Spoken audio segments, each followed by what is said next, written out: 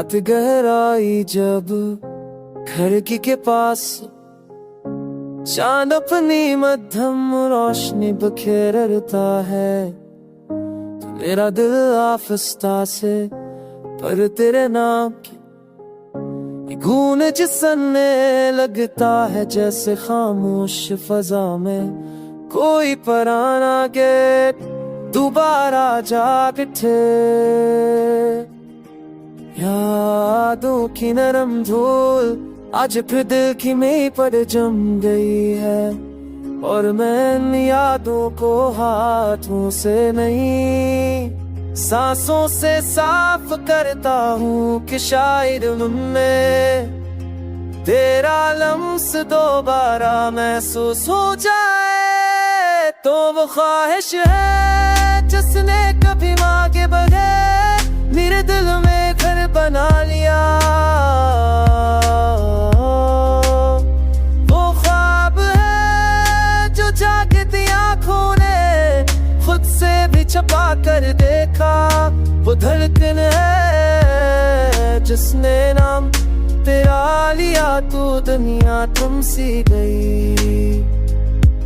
मैं अक्सर सोचता हूँ कि अगर तो मेरी आवाज सुन पाती तो तुझे पता चलता दिल की हर धड़कन में कितना शूर है तेरा, कितनी गहराई है तेरे नाम की, और कितनी खामोशी है तेरे जाने के बाद। कभी कभी तो लगता है वक्त भी मेरे साथ बैठ कर तेरी याद गनता है, हर लम्हा बदलता है, पर तेरा चेहरा